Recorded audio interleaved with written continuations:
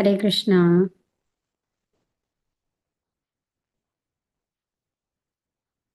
പ്രണാമം മാതാജി. പ്രണാമം. ഹരേ കൃഷ്ണ. പ്രണാമം.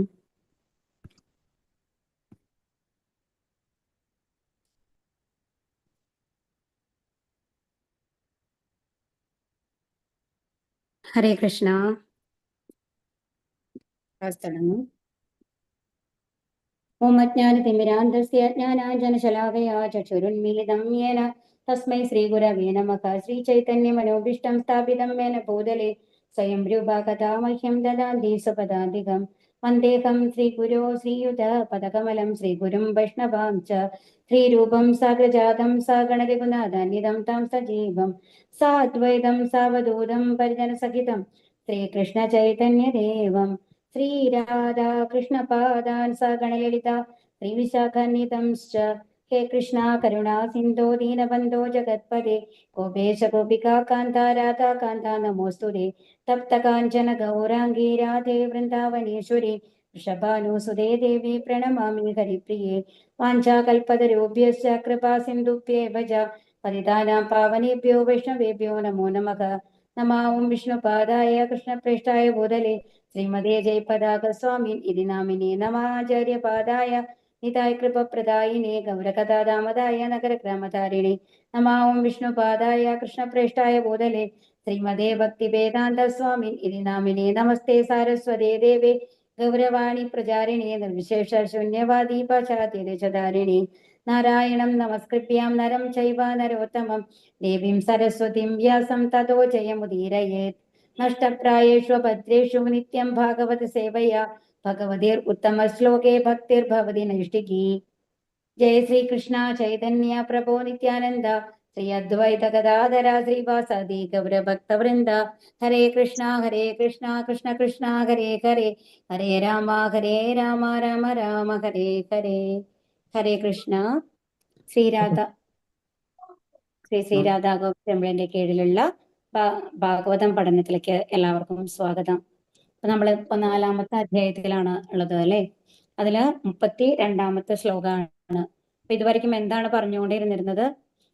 വ്യാസദേവന് എന്തോ ഒരു കുറവ് തോന്നാണ് മഹാഭാരതം വരയ്ക്കും രചിച്ചു കഴിഞ്ഞിട്ട് പോലും അല്ലെ.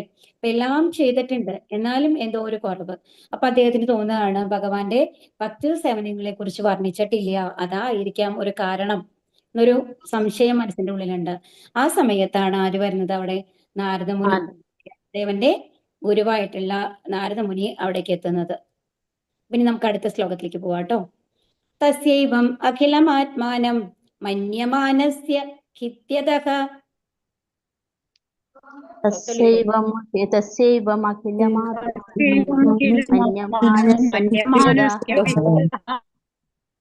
കൃഷ്ണസ്യ നാരദോഭ്യാഖ്യാത് ആശ്രമം പ്രാഗുദാഹൃതം.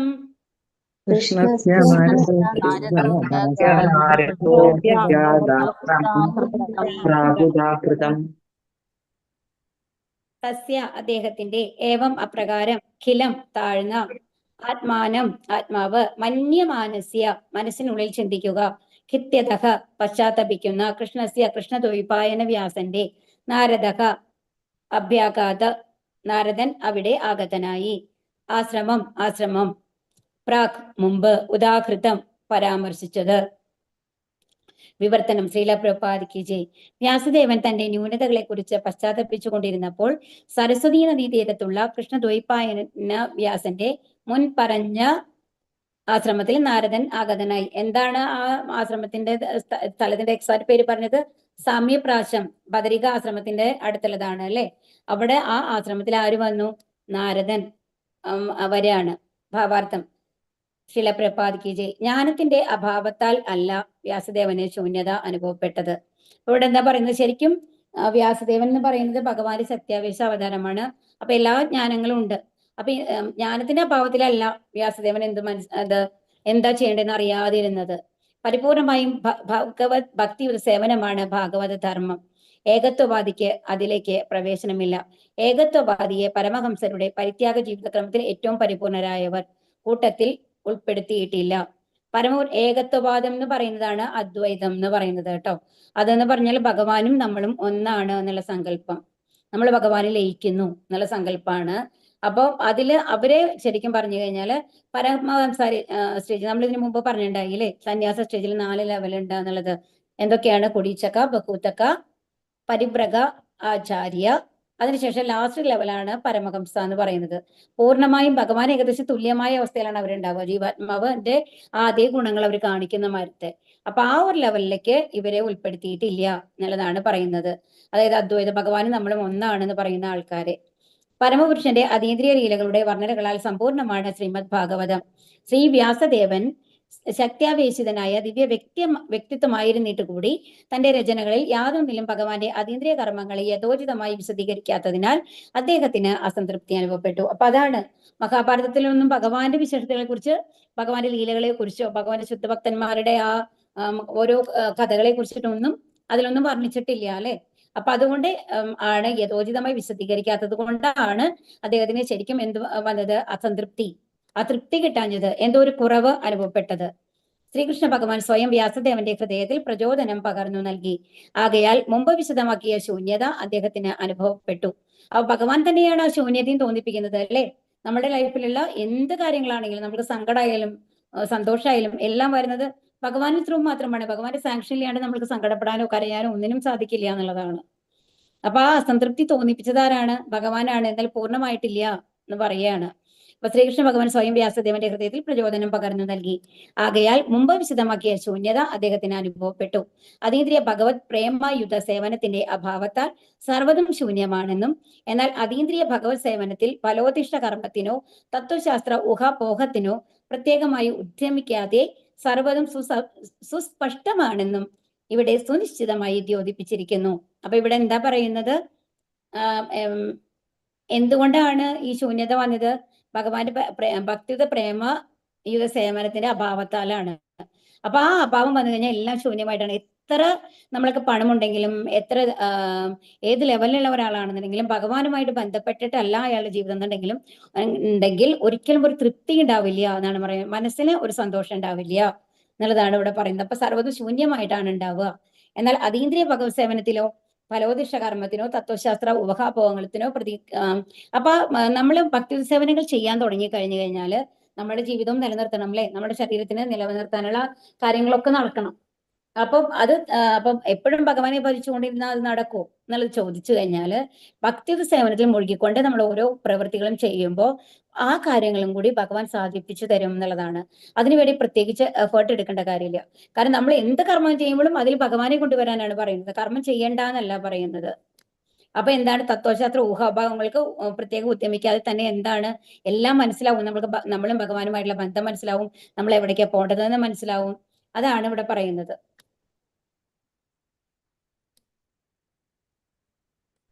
ശ്ലോകം 33.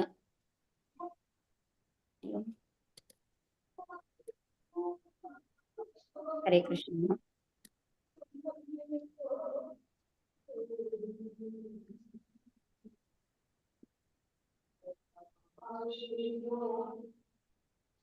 തമവിജ്ഞായ സഹസാ പ്രത്യുത്തായാഗതം മുനിഃ.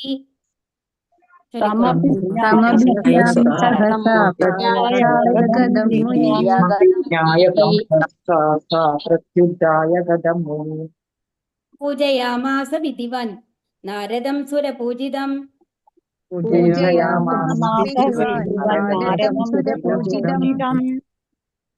അപ്പൊ എന്താ ഇവിടെ പറയുന്നത്? തം അഭിജ്ഞായ, അദ്ദേഹത്തിന്റെ നാരദന്റെ ആഗമനം എന്ന സൗഭാഗ്യം ദർശിച്ച്, സഹസ പെട്ടെന്ന്, പ്രത്യുത്തായ എഴുന്നേറ്റ്, ആഗതനാവുക, മുനിഹി വ്യാസദേവൻ, പൂജയാം ആസ പൂജിക്കുക, വിധിവത് വിധിക്ക്, ബ്രഹ്മദേവന് സമർപ്പിക്കുന്ന അതേ ആദരവോടെ, നാരദന് സുരപൂജിതം ദേവന്മാരാൽ ആരാധിക്കപ്പെടുന്ന.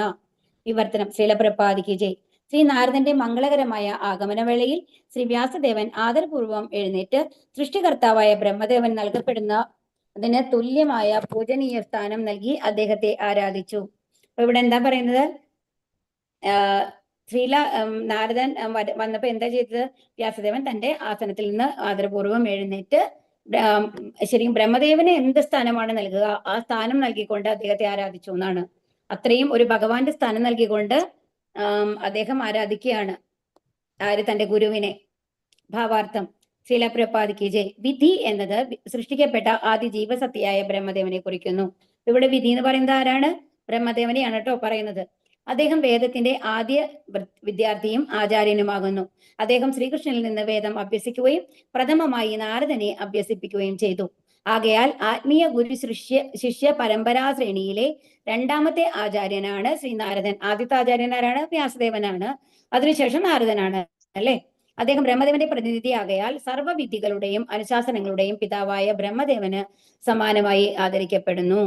അപ്പൊ എന്താ പറയുന്നത്? നാരദനെ എങ്ങനെയാണ് ശരിക്കും ബ്രഹ്മദേവനെ കാണുന്ന പോലെ തന്നെ അതിന് സമാനമായിട്ടാണ് ആദരിക്കുന്നത്. അതേപോലെ പരമ്പരയിലെ തുടർന്നു വരുന്ന മറ്റെല്ലാ ശിഷ്യന്മാരും ആദിമ ആത്മീയ ആചാര്യന്റെ പ്രതിനിധികളായി സമാനമായി ആദരിക്കപ്പെടുന്നു. ഇതെന്ന് പറയുന്ന എല്ലാ ഗുരു ഇപ്പൊ എന്താണ് അവരുടെ പ്രത്യേകത? ഇപ്പൊ ഭഗവാൻ എന്താണോ പറഞ്ഞത് അത് തന്നെയാണ് നമ്മൾക്ക് വ്യാസദേവൻ പറഞ്ഞു തന്നത് അല്ലെ. അത് കഴിഞ്ഞിട്ട് പിന്നെയോ വ്യാസദേവനിൽ നിന്ന് ആര് വന്നു? നാരദർ വന്നു. അല്ല സോറി, ഭഗവാനിൽ നിന്നാണ് നാരദർക്ക് വന്നത്, ബ്രഹ്മാവിലേക്ക് വന്നത്. ബ്രഹ്മാവിൽ നിന്ന് നാരദർക്ക് വന്നു. അപ്പൊ ബ്രഹ്മാവ് എന്ത് പറഞ്ഞു അത് തന്നെയാണ് നാരദൻ ആർക്ക് പറഞ്ഞു കൊടുക്കുന്നത്? വ്യാസദേവന് പറഞ്ഞു കൊടുക്കുന്നത്. വ്യാസദേവൻ എന്തെല്ലാം അറിയുമോ അതാണ് അടുത്ത ആചാര്യന് പറഞ്ഞു കൊടുക്കുന്നത്. അപ്പൊ അങ്ങനെ ആ പരമ്പരയായിട്ടാണ് വരുന്നത്. അപ്പൊ ആ പരമ്പരയിൽ തുടർന്ന് വരുന്ന മറ്റെല്ലാ ശിഷ്യന്മാരും ആത്മീയ ആചാര്യന്റെ പ്രതിനിധികളായിട്ട് അത്രയ്ക്ക് തുല്യമായിട്ട് നാരദന് എത്ര ബഹുമാനം കൊടുക്കുന്നുണ്ടോ അത്രയ്ക്കും ബഹുമാനം നമ്മുടെ ഇപ്പോഴത്തെ ആ ശ്രേണിയിലുള്ള ഇപ്പോഴത്തെ ആചാര്യന് നമ്മൾ കൊടുക്കുന്നുണ്ട്. കാരണം എന്താണ്? അവര് ഒരു കലർപ്പില്ലാണ്ട് ഭഗവാൻ എന്താണോ പറഞ്ഞത് അത് തന്നെയാണ് നമ്മളിൽ എത്തിക്കുന്നത്. അപ്പൊ അങ്ങനെ വെച്ച് നോക്കുമ്പോൾ ഭഗവാനും അവരും തമ്മിലൊരു വ്യത്യാസം ഇല്ല എന്നുള്ള ലെവലിലാണ് അല്ലെ. ഭഗവാൻ പറയുന്ന അതേ കാര്യം നമ്മളോട് വേറൊരാൾ പറയുമ്പോൾ അദ്ദേഹത്തിന്റെ പ്രതിനിധി ആയിക്കൊണ്ട് അദ്ദേഹമായിട്ട് തന്നെയാണ് അദ്ദേഹം വരുന്നത്, നമ്മളിലേക്ക് എത്തുന്നത്, ആ അറിവ് എത്തുന്നത്. കാരണം ആ അറിവിൽ ഒരു കലർപ്പുമില്ല. അതുകൊണ്ടാണ് ഇവിടെ പറയുന്നത് സമാനമായിട്ട് ആദരിക്കപ്പെടുന്നു. ഇതിനെ ഗുരുതത്വം എന്നാണ് കേട്ടോ പറയുക. ശ്രീമദ് ഭാഗവതം 1-ാം സ്കന്ധത്തിലെ ശ്രീ നാരദ ആഗമനം എന്ന 4-ാം അധ്യായത്തിന്റെ ഭക്തി വേദാന്ത ഭാവാർത്ഥം ഇപ്രകാരം സമ്പൂർണമാകുന്നു. ശ്രീ ഹരേ നമഃ. ഹരേ കൃഷ്ണ കൃഷ്ണ കൃഷ്ണ ഹരേ ഹരേ, ഹരേ രാമ രാമ രാമ ഹരേ ഹരേ. ഹരേ കൃഷ്ണ. അപ്പൊ 4-ാമത്തെ അധ്യായം നമ്മള് ഇവിടെ നാരദന്റെ ആഗമനത്തോട് കൂടിയിട്ട് അവസാനിക്കുകയാണ്. അപ്പൊ എന്താണ് നമ്മൾ 4-ാമത്തെ അധ്യായത്തിൽ പഠിച്ചതെന്ന് ഓർക്കുന്നുണ്ടോ? തുടക്കത്തിൽ എങ്ങനെയാ തുടങ്ങിയത് 4-ാമത്തെ അധ്യായം? 4-ാമത്തെ അധ്യായത്തില് വ്യാസദേവനാണ് അല്ലെ. തുടക്കത്തിൽ എന്താ പറയുന്നത്? സൂത ഗോസ്വാമി ആരാണ്? ശൗനകാദി ഋഷികളുമാണ്.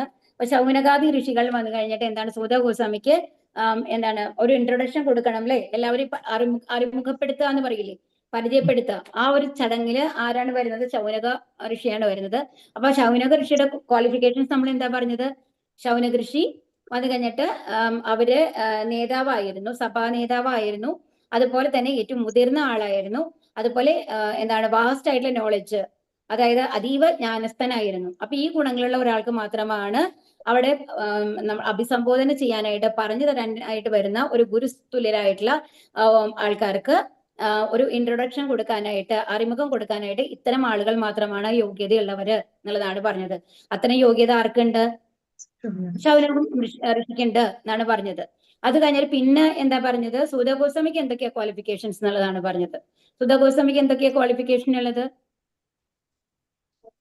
അദ്ദേഹം ശരിക്കും പറഞ്ഞാല് ശുഖദേവ എന്താണ് അല്ലേ കേട്ടത്? അതായത് ഭാഗവത ശുദ്ധ ഭക്തനായിട്ടുള്ള വ്യാസദേവന്റെ മകനായിട്ടുള്ള സുഖദേവ ഗോസ്വാമിയിൽ നിന്നാണ് ആ ഭാഗവതം കേട്ട് ഗ്രഹിച്ചത്. അത് എങ്ങനെ? അതീവ ശ്രദ്ധയോടുകൂടി ആണ് ശ്രമിച്ചത്. അതും വിനയത്തോടു കൂടിയിട്ട് പൂർണ്ണമായും ഗ്രഹിച്ചത് അല്ലെ. അപ്പൊ അത് അതുപോലെ തന്നെ ഒരു ഒരാള് പഠിപ്പിക്കാനായിട്ട് വരുമ്പോൾ, മറ്റുള്ളവർക്ക് പഠിക്കുമ്പോൾ ഗുരുസ്ഥാനത്ത് വരുമ്പോൾ അവരുടെ യോഗ്യത എന്താ പറയുന്നത്? അവര് ഗുരുവിന് മേലെ പോവണം എന്നുള്ള ഒരു ആഗ്രഹം അവർക്ക് ഉണ്ടാവാൻ പാടില്ല. അതുപോലെ തന്നെ ആ ഗുരു എന്താണോ പറഞ്ഞത് അത് പൂർണ്ണ മനസ്സോടുകൂടി സ്വീകരിച്ചുകൊണ്ട് അത് അതേപടി അടുത്ത ജനറേഷന് വേണ്ടി പറഞ്ഞു കൊടുക്കണം. അതുപോലെ അവർ അതീവ ജ്ഞാനസ്ഥനായിരിക്കണം. പിന്നെ അടുത്ത ക്വാളിഫിക്കേഷൻ എന്താണ് പറഞ്ഞത്? അത് മുന്നിലെ ഏത് ഓഡിയൻസ് ആണോ ഉള്ളത് അവർക്ക് ഹിതകരമായ രീതിയിൽ വേണം അവർ പറഞ്ഞു കൊടുക്കാൻ അല്ലെ. ഭാഗവതം ആണ് പറഞ്ഞു കൊടുക്കുന്നത്, ഭാഗവതത്തെ കുറിച്ചുള്ള പൂർണ്ണമായ അറിവുണ്ടായിരിക്കണം, അതിന്റെ സാരം ഗ്രഹിച്ചിട്ടുണ്ടാവണം. അതുപോലെ തന്നെ മുന്നിലിരിക്കുന്നത് ആരാണോ അവർക്ക് ഹിതകരമായ രീതിയിൽ പറയാനുള്ള ഒരു കഴിവുണ്ടാവണം. ഈ ക്വാളിഫിക്കേഷനൊക്കെ ആർക്കുണ്ട്? സൂത ഗോസ്വാമിക്ക് ഉണ്ട്. അപ്പൊ അവിടെ കൂടിയിരുന്ന അത് കേൾവിക്കാരും പറയുന്ന ആളും അതിന് യോഗ്യതയുള്ളവരാണ് എന്നുള്ളതാണ് ആദ്യത്തെ സെക്ഷനിൽ പറഞ്ഞത് അല്ലെ. അത് കഴിഞ്ഞിട്ട് പിന്നെ എന്താണ്, പിന്നെ ചോദ്യങ്ങളാണ്. നമ്മൾ രണ്ടാമത്തെ ശ്ലോകം തൊട്ട് ഏകദേശം ഒരു 14ാമത്തെ ശ്ലോകം വരയ്ക്ക് എന്നാണ് ഞാൻ വിചാരിക്കുന്നത്. ക്വസ്റ്റ്യൻസ് ആണ്. ഏതാണ് അവർ ചോദിച്ച ചോദ്യങ്ങൾ എന്താണെന്ന് ആർക്കെങ്കിലും ഓർമ്മയുണ്ടോ? രണ്ടാമത്തെ ശ്ലോകത്തിൽ എന്താ പറഞ്ഞത്? ശ്രീമദ് ഭാഗവതത്തിന്റെ പുണ്യ സന്ദേശങ്ങൾ ദയവായി ഞങ്ങൾക്ക് വർണ്ണിച്ചു തന്നാലും എന്നുള്ളതാണ് ആദ്യം പറഞ്ഞത്. പിന്നെ എന്താണ് ആദ്യത്തെ ചോദ്യം? ഏത് യുഗത്തിലാണ് ഭാഗവതം ഉണ്ടായത്? അതുപോലെ തന്നെ എന്തുകൊണ്ടാണ് ഈ ഭാഗവതം എഴുതാനുള്ള കാരണം എന്താണ്? ഈ രചനയ്ക്കുള്ള പ്രചോദനം വ്യാസദേവന് എവിടെ നിന്നാണ് ലഭിച്ചത് എന്നുള്ളതായിരുന്നു അല്ലെ. അത് കഴിഞ്ഞിട്ട് പിന്നെന്താ പറഞ്ഞത്? സുഖദേവ ഗോസ്വാമി ഇപ്പൊ രാജസ്ഥാൻ കഴിഞ്ഞ് ഡൽഹിയിൽ എത്തുമ്പോ, സുഖദേവ ഗോസ്വാമി അവിടെ ജനിച്ച ഉടനെ ഇറങ്ങി പോകുന്നതാണ് അല്ലെ. അപ്പൊ ആ സുഖദേവ ഗോസ്വാമിയെ മറ്റുള്ള ഹസ്തിനപുരത്തിലുള്ള ആൾക്കാര്, ഇന്നത്തെ ഡൽഹിയാണ്, ഹസ്തിനപുരത്തിലുള്ള ആൾക്കാരെ എങ്ങനെയാണ് വീക്ഷിച്ചത്? അദ്ദേഹത്തിന് അത് കാരണം ഒരു മന്ദബുദ്ധിമാരിയാണ് അവർക്കൊക്കെ തോന്നിയത് അല്ലെ. അതാണ് രണ്ടാമത്തെ ചോദ്യം ഉണ്ടായിരുന്നത്. ഇനി മൂന്നാമത്തെ ചോദ്യത്തിൽ എന്താ പറഞ്ഞത്? എങ്ങനെയാണ് പരീക്ഷിത്ത് മഹാരാജാവ് സുഖദേവ ഗോസ്വാമിയെ കണ്ടെത്തി ഈ ഭാഗവതം അദ്ദേഹത്തിൽ നിന്ന് ശ്രവിക്കാൻ ഇടയായത് എങ്ങനെയായിരുന്നു മൂന്നാമത്തെ ചോദ്യം അല്ലെ. ഇനി നാലാമത്തെ ചോദ്യം എന്തായിരുന്നു? പരീക്ഷിത്ത് മഹാരാജാവിന്റെ ജനനം വളരെ അത്ഭുതകരമാണ്. ജനനം വളരെ അത്ഭുതകരമാണ്. അപ്പൊ അതുകൊണ്ട് ആ ജനനത്തിന്റെ രഹസ്യം പറഞ്ഞു തരൂ എന്നുള്ളതാണ്. അതിന്റെ എന്തൊക്കെയാണ് അപ്പൊ പരീക്ഷിത്ത് മഹാരാജാവിനെ കുറിച്ചിട്ട് പറയാനാണ് പറയുന്നത്. പിന്നെ എന്താണ്? അദ്ദേഹം മഹാനായിട്ടുള്ള ചക്രവർത്തിയാണ്, അതുപോലെ തന്നെ എല്ലാ ഐശ്വര്യങ്ങളുടെ അധിപതിയാണ്. പിന്നെ എന്തുകൊണ്ടാണ് എല്ലാം ഉപേക്ഷിച്ചുകൊണ്ട് ഗംഗാതീരത്ത് വന്നിട്ട് തപസ് ചെയ്യാനുള്ള കാരണം എന്താണ് എന്നുള്ളതാണ് അല്ലെ. പിന്നെ അടുത്ത ചോദ്യം എന്താണ് പറഞ്ഞത്? ഇനി എല്ലാവരും, അതായത് ശരിക്കും ഭൗതിക താല്പര്യങ്ങളൊന്നുമില്ല പരീക്ഷിത്ത് മഹാരാജാവിന്, ശുദ്ധ ഭക്തനാണ്. എന്നാൽ ആ ജനങ്ങളെല്ലാം, അവിടെയുള്ള ജനങ്ങളെല്ലാം അദ്ദേഹത്തിന്റെ ഭരണത്തിൽ സന്തുഷ്ടരായിരുന്നു. അപ്പൊ അങ്ങനെയുള്ള ജനങ്ങൾക്ക് അദ്ദേഹത്തിന് ആവശ്യം ഉണ്ടായിരുന്നു. അത് വകവെക്കാണ്ട് എങ്ങനെയാണ് എന്താണ് ഈ ശരീരം വെടിയാനായിട്ട് അദ്ദേഹം തീരുമാനിച്ചത് എന്നതായിരുന്നു അടുത്ത ക്വസ്റ്റ്യൻ കേട്ടോ.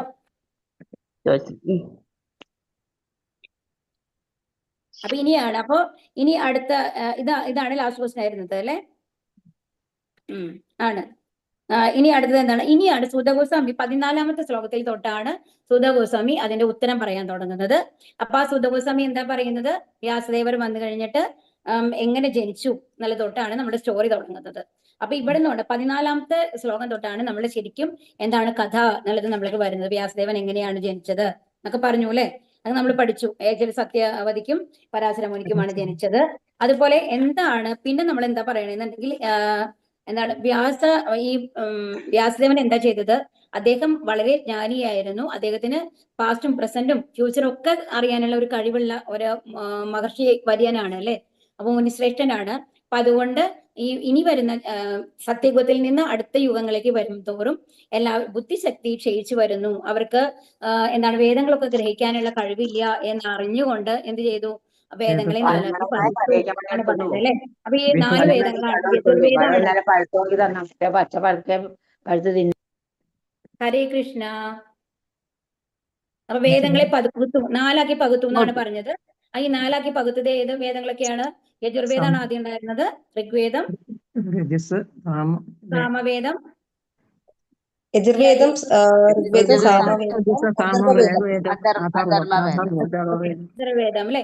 ഇതിനൊക്കെ ഏത് ആൾക്കാരെയാണ് ഏൽപ്പിച്ചത് എന്നാ പറഞ്ഞത്? അതിന്റെയൊക്കെ ഇതായിട്ട് ഋഗ്വേദത്തിന് പൈല മഹർഷി, അതുപോലെ അടുത്തത് യജുർവേദത്തിന് വൈശമ്പായനൻ, സാമവേദത്തിന് ആരായിരുന്നു? ജൈമിനി മഹർഷി. അത് കഴിഞ്ഞിട്ട് അഥർവ വേദത്തിന് അങ്കിരസ് എന്ന് പറഞ്ഞിട്ടുള്ള മഹർഷിയാണ്. പിന്നെ ബാക്കി അപ്പൊ ഇനി എന്താണ് ഈ വേദങ്ങൾ മാത്രമല്ല പകുത്തത് അല്ലെ.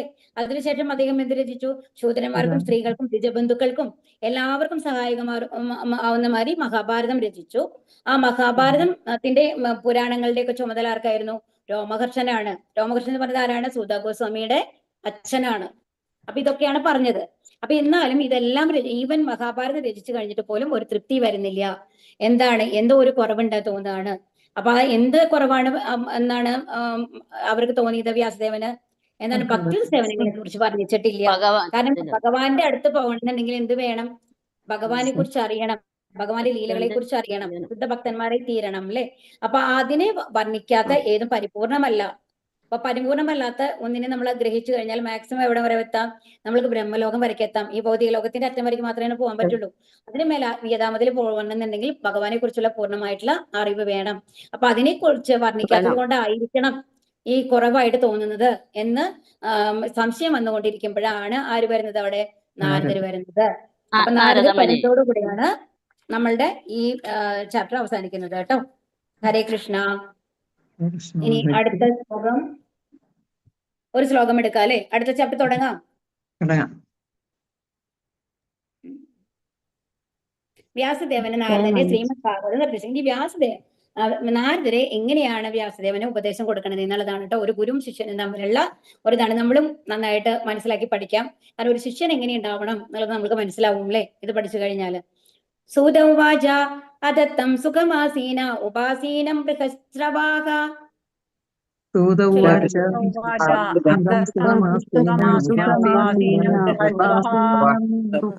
ദേവർഷി വീണാപാണി സ്മയന്നിവ.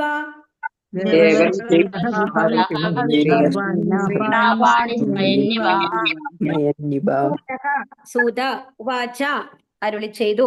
അധ ആകയാൽ തം അദ്ദേഹത്തിനെ സുഖ ആസീന സുഖമായി ആസനസ്ഥനായി ഉപാസീനം സമീപസ്ഥനായിരിക്കുന്ന വ്യക്തിക്ക് ബൃഹസ്രവാഹ അത്യന്തം ആദരിക്കപ്പെടുന്നവനായ ദേവർഷി ദേവന്മാരിലെ ശ്രേഷ്ഠനായ ഋഷി പ്രാഹ അരുളി ചെയ്തു. വിപ്രർഷിം ബ്രാഹ്മണരിലെ ഋഷിയോട് വീണാപാണിഹി വീണയേന്തിയ സ്മയൻ ഇവ പുഞ്ചിരി തൂകുന്ന മട്ടിൽ. വിവർത്തനം. ശീല പ്രപാദിക്ക് സുധ ഗോസ്വാമി അരുളി ചെയ്തു. അപ്രകാരം ദേവർഷി നാരദൻ സ്വസ്ഥമായി ഉപവിഷ്ടനാവുകയും പുഞ്ചിരി തൂകുന്ന മട്ടിൽ ബ്രാഹ്മണ ഋഷിയായ വേദവ്യാസനെ അഭിസംബോധന ചെയ്യുകയും ചെയ്തു. അപ്പൊ ഇവിടെ എന്താ പറയുന്നത്? സുധ ഗോസ്വാമി എന്താ പറഞ്ഞത്? ആ കഥ പറയുകയാണ് കേട്ടോ. അപ്പൊ ദേവർഷി നാരദൻ എന്താണ്? സ്വസ്ഥമായിട്ട് ഉപവിഷ്ടനായി അവിടെ ഇരുന്നു. എന്നിട്ട് പുഞ്ചിരി തൂകുന്ന മട്ടിൽ ബ്രാഹ്മണ ഋഷിയായ വേദവ്യാസനെ അഭിസംബോധന ചെയ്യുകയും ചെയ്തു. എന്നിട്ട് വ്യാസദേവനോട് അഭിസംബോധന ചെയ്തിട്ട് സംസാരിക്കാൻ തുടങ്ങുകയാണ് നാരദർ. ഭാവാർത്ഥം. ശീല പ്രപാദിക്ക് ജയ്. ഋഷിശ്രേഷ്ഠനായ വ്യാസദേവനെയും അദ്ദേഹത്തിന്റെ നിരാശയ്ക്കുള്ള ഖേദവും നന്ദി തിരിച്ചറിഞ്ഞതിനാൽ ശ്രീ നാരദൻ മന്ദഹസിച്ചു. ഭക്തിയുത സേവനമാകുന്ന ശാസ്ത്രത്തെ മതിയാവണ്ണം അവതരിപ്പിക്കാത്തതാണ് വ്യാസദേവന്റെ നിരാശയ്ക്ക് ഹേതുവെന്ന് ദേവർഷി ക്രമേണ വിശദീകരിക്കുന്നതായിരിക്കും. എന്താണ് ഇവിടെയുള്ള ന്യൂനത എന്ന് നാരദന് അറിവുണ്ടായിരുന്നു. അദ്ദേഹത്തിന്റെ നിഗമനത്തെ ശരിവെക്കുന്ന രീതിയിലായിരുന്നു വ്യാസന്റെ അവസ്ഥയും. ചില പ്രപാദിക്ക് ജയ്. ഋഷിശ്രേഷ്ഠനായ വ്യാസദേവനും അദ്ദേഹത്തിന്റെ നിരാശയ്ക്കുള്ള ഹേതുവും കാരണം നാരദര് ത്രികാലജ്ഞാനിയാണ് അല്ലേ? അപ്പൊ ത്രികാലജ്ഞാനിയായിട്ടുള്ള നാരദ മഹർഷിക്ക് വന്നു കഴിഞ്ഞിട്ട് അറിയാം എന്താണ് വ്യാസദേവന്റെ ദുഃഖം എന്താണ്, എന്തുകൊണ്ടാണ് ദുഃഖിച്ചിരിക്കുന്നത് എന്നൊക്കെ അത് പറയാതെ തന്നെ അവർക്ക് മനസ്സിലാവും. അപ്പൊ ഭക്തിയുത സേവനമാകുന്ന ശാസ്ത്രത്തെ മതിയാവണ്ണം അവതരിപ്പിക്കാത്തതാണ് വ്യാസദേവന്റെ നിരാശയ്ക്ക് ഹേതുവെന്ന് ദേവർഷി ഇനി പറയും എന്നാണ് പറയുന്നത് കേട്ടോ. എന്താണ് ഇവിടെയുള്ള ന്യൂനതയെന്ന് നാരദന് അറിവുണ്ടായിരുന്നു. അദ്ദേഹത്തിന്റെ നിഗമനത്തെ ശരിവെക്കുന്ന രീതിയിലാണ് വ്യാസന്റെ അവസ്ഥയും എന്നുള്ളതാണ് ഇവിടെ പറയുന്നത്. ശ്ലോകം 2. നാരദ ഉവാച പാരാശര്യ മഹാഭാഗ ഭവത കച്ചിദാത്മന. ചൊല്ലിക്കോളൂ. നാരദ ഉവാച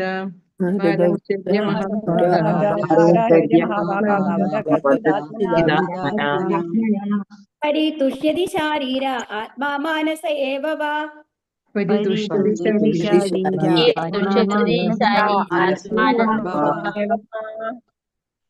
നാരദഃ നാരദൻ ഉവാച അരുളി ചെയ്തു. പാരാശര്യ അല്ലയോ പരാശരസുത, മഹാഭാഗ മഹാഭാഗ്യവാനായ, ഭവദഃ താങ്കളുടെ, കച്ചിത് അത് അപ്രകാരമെങ്കിൽ, ആത്മന ആത്മാവെന്ന സാക്ഷാത്കാരത്തിലൂടെ, പരിതുഷ്യതി സംതൃപ്തമാക്കുമോ, ശാരീരക ശരീരത്തെ, ആത്മാഹ താനെന്ന് തിരിച്ചറിയുക, മാനസക മനസ്സിനെ, ഏവ നിശ്ചയമായും, വാ വിവർത്തനം.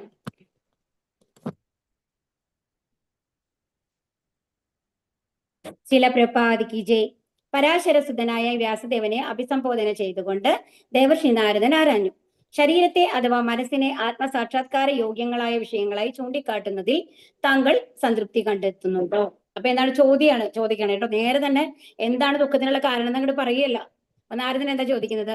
ശരീരത്തെ അഥവാ മനസ്സിനെ ആത്മസാക്ഷാത്കാര യോഗ്യങ്ങളായ വിഷയങ്ങളായി ചൂണ്ടിക്കാട്ടുന്നതിൽ താങ്കൾ സംതൃപ്തി കണ്ടെത്തുന്നുണ്ടോ? അപ്പൊ എന്താണ് ഇവിടെ ചോദിക്കുന്നത്? നമ്മൾക്ക് അറിയാമല്ലേ, ഇപ്പൊ ഭഗവത്ഗീത പഠിച്ചത് എല്ലാവർക്കും അറിയാം.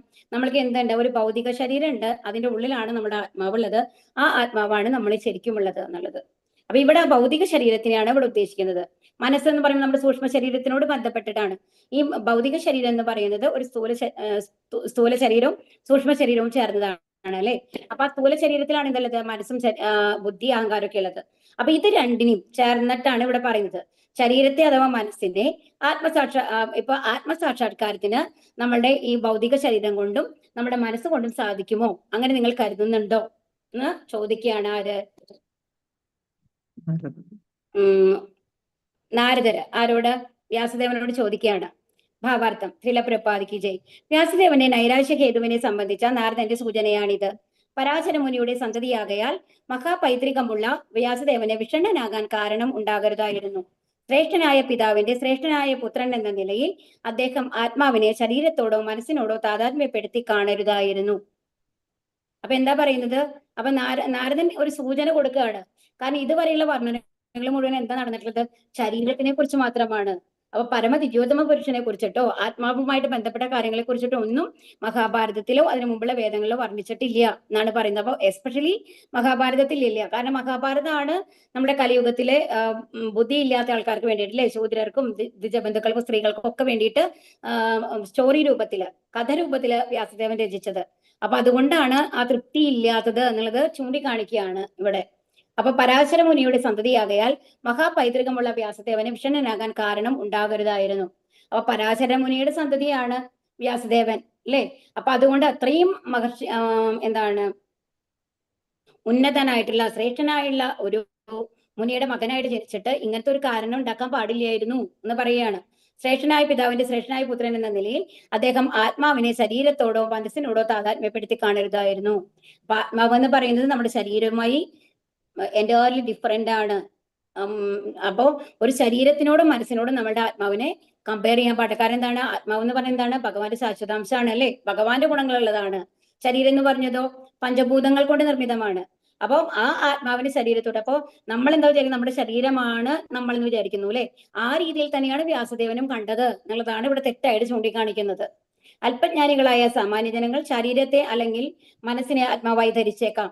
എന്നാൽ വ്യാസദേവൻ അപ്രകാരം ചെയ്യരുതായിരുന്നു. അതാണ് സാധാരണ ആൾക്കാർക്ക് നമ്മൾക്ക് തോന്നില്ല, നമ്മളുടെ ശരീരത്തിന് തന്നെയാണ് ഇപ്പോഴും ഇത്രയും പഠിച്ചു കഴിഞ്ഞാലും നമ്മൾക്കത് വേർതിരിച്ച് ആത്മാവ് വേറെയാണെന്ന് ചിന്തിക്കാൻ കുറച്ച് ബുദ്ധിമുട്ടാണ്, അല്ലെ. എന്നാൽ അത്രയും എല്ലാ ജ്ഞാനവും ഉള്ള വ്യാസദേവനെ പോലുള്ള ഒരാൾ അങ്ങനെ ചെയ്യാൻ പാടില്ലായിരുന്നു.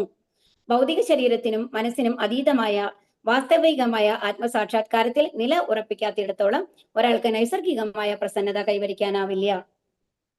അപ്പൊ എന്താണ് വാസ്തവികമായ ആത്മസാക്ഷാത്കാരം എന്ന് പറഞ്ഞ എന്താണ്? നമ്മുടെ ആത്മാവിന്റെ ലെവലിൽ നമ്മൾ ഉണ്ടാവണം. ഭൗതിക ശരീരത്തിനും മനസ്സിനും അതീതമായിട്ട് ആ ഒരു ലെവലിൽ നമ്മൾ നിലയുറപ്പിച്ചിട്ടില്ലെങ്കിൽ നമ്മൾക്ക് സന്തോഷം ഉണ്ടാവില്ല. കാരണം എപ്പോഴും നമ്മൾക്ക് ഭൗതിക കാര്യങ്ങളിൽ ദുഃഖങ്ങളാണ് ഉണ്ടാവുക എന്നുള്ളതാണ് പറയുന്നത്. സമയമായിട്ടില്ലല്ലോ, അല്ലെ. ഒരു ശ്ലോകം കൂടി എടുക്കാമോ? ഹരേ കൃഷ്ണ. ശ്ലോകം 3. ജിജ്ഞാസിതം സുസമ്പന്നം അഭീതേ മഹദദ്ഭുതം കൃതവാൻ ഭാരതം യുസ്ത്വം സർവാർത്ഥ പരിബൃംഹിതം.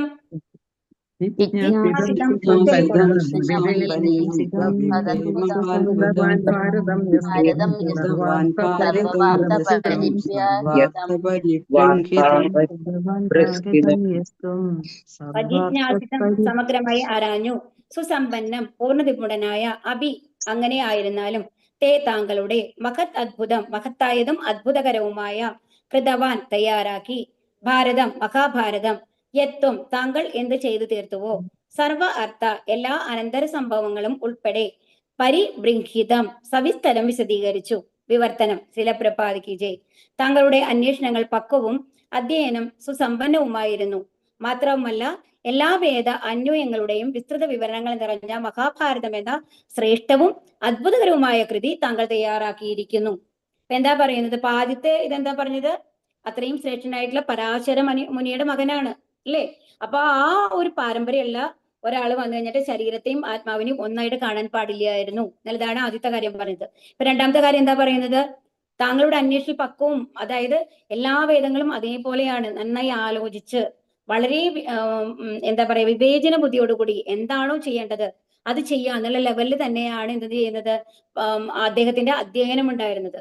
വേദാധ്യയനമെല്ലാം പരിപൂർണമാണ് എന്നാണ് പറയുന്നത്. മാത്രല്ല എന്താണ്, അതിന്റെ വിവരണങ്ങൾ നിറഞ്ഞ മഹാഭാരതം അത്രയും മനോഹരമായിട്ടാണ് രചിച്ചിട്ടുള്ളത്. അത് ശ്രേഷ്ഠവുമാണ്, അത്ഭുതകരവുമാണ് അല്ലെ. ഭാവാർത്ഥം. ശ്രീല പ്രഭുപാദിക്ക് ജയ്. വ്യാസദേവന്റെ വിഷാദം നിശ്ചയമായും അറിവിന്റെ അപര്യാപ്തത കാരണമല്ല. എന്തെന്നാൽ ഒരു ശിഷ്യൻ എന്ന നിലയിൽ വേദസാഹിത്യങ്ങളെ സംബന്ധിച്ചവയൊക്കെ പരിപൂർണമായി അദ്ദേഹം ചോദിച്ചു പഠിച്ചു. തൽഫലമായി വേദങ്ങളുടെ സമ്പൂർണവും സവിസ്തരവുമായ വ്യാഖ്യാനങ്ങളോടുകൂടി മഹാഭാരതം രചിക്കപ്പെട്ടു. അപ്പൊ എന്താ പറയുന്നത്, അപ്പം അറിവിന്റെ കുറവൊന്നുമില്ല അല്ലെ വ്യാസദേവന്, അത്രയും മഹാനാണല്ലോ. എന്തെന്നാൽ ഒരു ശിഷ്യൻ എന്ന നിലയിൽ വേദസാഹിത്യങ്ങളെ സംബന്ധിച്ചവയൊക്കെ പരിപൂർണമായി അദ്ദേഹം ചോദിച്ചു പഠിച്ചു. അപ്പൊ തന്റെ ഗുരുവിനോട് ചോദിച്ച് എല്ലാം നന്നായിട്ട് തന്നെയാണ് പഠിച്ചിട്ടുള്ളത്. തൽഫലമായി വേദങ്ങളുടെ സമ്പൂർണ്ണവും അതുകൊണ്ടാണ് എന്താണ്, വേദങ്ങളുടെ സമ്പൂർണവും വേദങ്ങളുടെ എല്ലാത്തിന്റെയും ഒരു വ്യാഖ്യാനമാണ്, ഒരു സമ്പൂർണ്ണ കൃതിയാണ് ഇതെന്ന് പറയുന്നത് മഹാഭാരതം എന്ന് പറയുന്നത്. ആ മഹാഭാരതം വ്യാസദേവൻ രചിച്ചത്. ഹരേ കൃഷ്ണ. ശ്ലോകം 4. ജിജ്ഞാസിതമതീതം ച ബ്രഹ്മയത്തത് സനാതനം തഥാപി ശോചസ്യാത്മാനം അകൃതാർത്ഥ ഇവ പ്രഭോ. ഈ ശ്ലോകത്തോടുകൂടി നിർത്താട്ടോ. ജിജ്ഞാസിതാമതീതം ച ജിജ്ഞാസിതാമതീതം ബ്രഹ്മയത്തത്